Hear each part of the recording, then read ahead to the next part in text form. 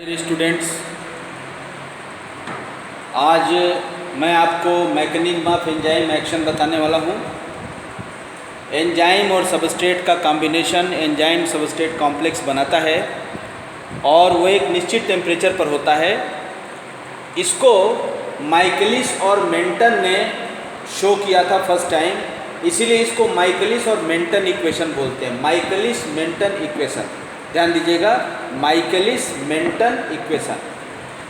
Enzyme और substrate एक निश्चित टेम्परेचर पर एंजाइम सबस्ट्रेट कॉम्प्लेक्स बनाते हैं। यहाँ रिवर्सिबल रिएक्शन का चिन्ह इसलिए बना है कि एक निश्चित टेम्परेचर पर ही एंजाइम और सबस्ट्रेट एंजाइम सबस्ट्रेट कॉम्प्लेक्स बनाएंगे। अगर टेम्परेचर जरा भी चेंज होगा तो फिर ये एंजाइम और सबस्ट्रेट दोनों अलग हो जाएंगे। इसलिए निश्चित टेम्परेचर पे जुड़ेंगे और टेम्परेचर एबनॉर्मल होने पर दोनों अलग भी हो जाएंगे। तो एंजाइम और सबस्ट्रेट एक निश्चित टेम्परेचर पर एंजाइम सबस्ट्रेट कॉम्प्लेक्स बनाएंगे। एंजाइम सबस्ट्रेट कॉम्प्लेक्स फार्म होने के तुरंत बाद प्रोडक्ट का फॉर्मेशन होता है और एंजाइम बिना किसी चेंज के रिएक्शन से बाहर हो जाता है। ये माइकलिस मेंटन इक्वेशन है। इसको लॉक एंड की कंसेप्ट भी कहते हैं। जिस तरह से हर लॉक का एक स्पेसिफिक की होता है, उसी तरह से हर सबस्ट्रेट का अपना एक स्पेसिफिक एंजाइम होता है। इसको एंजाइम सबस्ट्रेट स्पेसिफिसिटी भी बोलते हैं।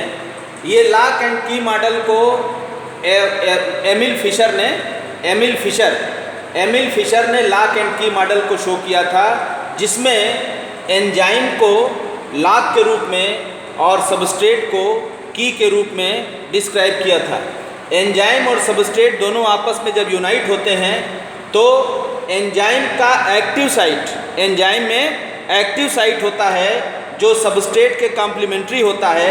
तो एंजाइम का एक्टिव साइट और सबस्ट्रेट दोनों एक दूसरे के कॉम्बिनेशन में आते हैं और एक निश्चित टेम्परेचर पर एंजाइम सबस्ट्रेट कॉम्प्लेक्स बनता है। जिस तरह से जो चाबी है वो ताले में एंटर कर जाता है, उसी तरह से सबस्ट्रेट और एंजाइम का कॉम्प्लेक्स बनता है और प्रोडक्ट फॉर्मेशन के तुरंत बाद एंजाइम रिएक्शन से बाहर हो जाता है।